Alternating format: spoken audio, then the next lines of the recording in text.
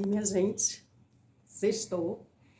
Eu estou me preparando para ir trabalhar, mas resolvi vir aqui conversar com vocês um pouquinho, mesmo que atrasada. Estamos super atrasados, aliás, né? Nem ia postar vídeo essa semana, porque essa semana me bateu assim um misto de cansaço e desânimo, sabe? Cansaço, aliás, a tal ponto que eu estava chegando do trabalho, jantando, tomando banho e indo dormir direto. Sim, passei a semana inteira fazendo isso.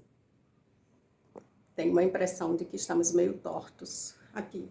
E desânimo, acho que com o canal mesmo, não sei. Nós estamos chegando aqui a quase as 4.000 horas necessárias para a monetização do canal.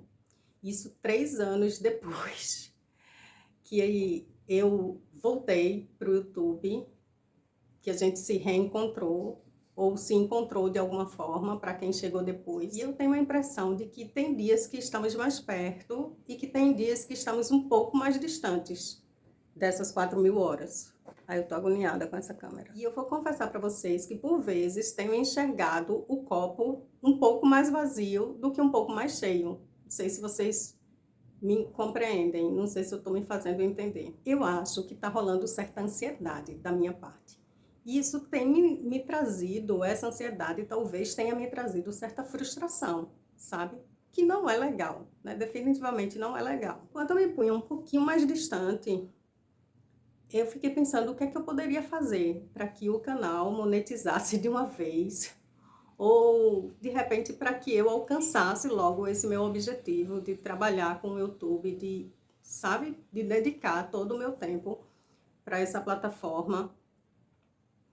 E pensei até em nichar o meu canal. Eu não considero que este canal seja nichado, porque normalmente eu venho aqui e falo o que me dá na telha com você. Assim, é claro que a gente puxa mais para um lado, que é o lado financeiro da coisa, que é aquilo que eu tenho vivido muito nos últimos tempos. Mas não considero esse um canal nichado. E tem muita gente que diz que para você fazer dinheiro no YouTube ou para você fazer carreira no YouTube, a primeira coisa que você tem que fazer é nichar o seu canal. Pensei se seria esse o caso aqui ou se de repente, e se eu criasse outro canal e tentasse nichar o outro canal e aqui eu seria eu mesma. Mas sinceramente eu vou dizer para vocês que tenho tanta preguiça disso. Eu tenho tanta preguiça de seguir a manada, sabe? Tenho preguiça de nichar. Porque, minha gente, a minha vida não é um nicho. Eu me interesso por diversos assuntos sempre. E eu acho que é assim a nossa vida. A gente vai mudando de interesse, quer seja diariamente, mensalmente, anualmente, mas a gente muda. Não dá para permanecer no mesmo lugar, sendo a mesma pessoa, falando do mesmo assunto, sempre, o tempo todo. Eu não conseguiria viver assim. Eu acho que no mundo onde coexistem bilhões de pessoas, algumas mil, pelo menos, vão de alguma forma se identificar comigo e com a minha falta de nicho. Então, hoje eu acordei e me veio um estalo à mente. De repente eu queira ser o meu próprio nicho, no sentido de não me anular pessoalmente para agradar a um algoritmo. Como tudo que me vem à mente, eu vou dar uma pesquisada, assim, eu fui pesquisar sobre nicho no YouTube, hoje, isso hoje, tá? Assim que acordei. E aí eu encontrei um canal, que eu não vou lembrar agora no nome, de uma pessoa que eu acho que, sei lá, ele dá dicas de marketing, e o título do canal dele era justamente esse: seja você o seu nicho, ou você é o seu nicho. Cara, e como é bom você saber que você não tá sozinha no mundo, né? Mesmo que você não queira o tempo todo seguir uma ideia específica, é muito bom saber que alguém, em algum lugar do mundo, concorda com você. Pois bem, fui eu fazer os meus alongamentos matutinos quando outra coisa me veio à cabeça. Na verdade, uma máxima me veio à cabeça, que é aquela que uma mentira contada várias vezes acaba por se tornar uma verdade. E eu penso que nem precisa ser uma mentira, na verdade. Às vezes uma ideia, um pensamento replicado indefinidamente acaba se tornando uma verdade absoluta, quando de início era só um achismo de alguém, digamos assim. Eu acompanho os canais de finanças aqui no YouTube e tem um vídeo que me parece que nos últimos meses, acho que nos últimos 2 meses, os gurus resolveram todos replicar, que é sobre a necessidade de alguém parecer ser pobre. Na verdade, é aquela coisa do viver um degrau a menos, gastar menos para ter mais ou para investir mais. Mas agora todo mundo resolveu falar sobre a necessidade de a gente parecer ser pobre. Independente do que o pessoal queira ou não dizer com isso, esse tema tornou-se um viral. Aqui outros youtubers de finanças acabam por se sentir na obrigação de falar também sobre isso, já que é o assunto do momento. Aí eu fico pensando, sabe, se não é isso também o que acontece com o tal do nicho, que o pessoal do marketing fala tanto. Será? Apenas será? É uma dúvida honesta. Que esse lance de nicho não acaba sendo tão propagado quantitativamente por aí, e as pessoas acabam replicando tanto e fazendo isso e seguindo por esse caminho, que a gente de repente esquece ou esqueça que existem exceções para as regras. Sei lá, é só uma dúvida. Mas outro dia eu estava conversando com a minha psicoterapeuta sobre o meu canal e sobre as frustrações que eu tenho por não ter conseguido ainda alcançar o meu objetivo aqui. E eu estava dizendo que o meu problema era que eu não queria me vender ao algoritmo. Por outro lado, hoje eu volto atrás nesse meu pensamento. Por quê? Porque seria um problema, não é mesmo? Se eu achasse que precisava, de fato, fazer tudo igual ao que os outros fazem para alcançar o mesmo objetivo, eu jamais teria feito vestibular na minha vida. Porque as dúvidas começaram pela minha mãe. Eu já disse para vocês que a gente foi uma família muito humilde, que eu venho de uma família muito humilde. E aí, quando eu disse a primeira vez para minha mãe que queria fazer vestibular, que queria, sei lá, ganhar tanto por mês, quando me formasse, mãe me disse que faculdade só fazia quem era rico. E eu entendo muito esse pensamento dela, sabe? Eu entendo muito esse pensamento dela, porque a gente vinha de uma realidade, ela vinha de uma realidade muito diferente, onde o dinheiro que se ganhava trabalhando era utilizado apenas para comer, e às vezes bem mal, entende? Então eu compreendo muito porque ela pensava dessa forma naquela época.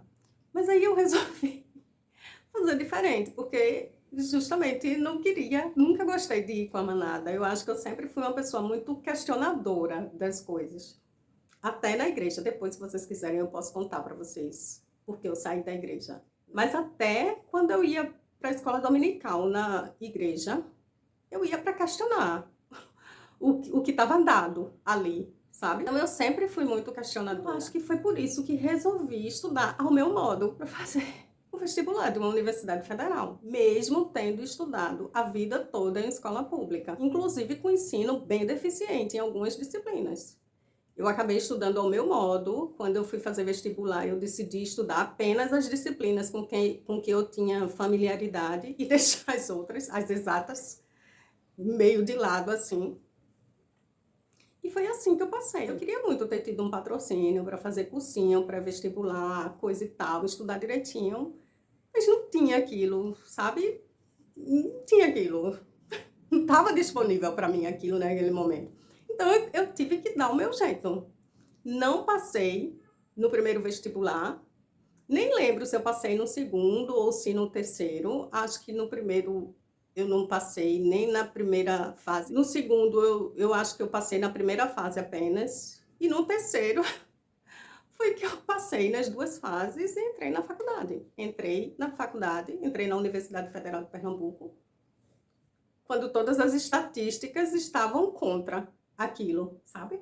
Estudei do meu jeito e entrei como podia, mas era uma coisa que eu queria muito fazer e acabei conseguindo no final.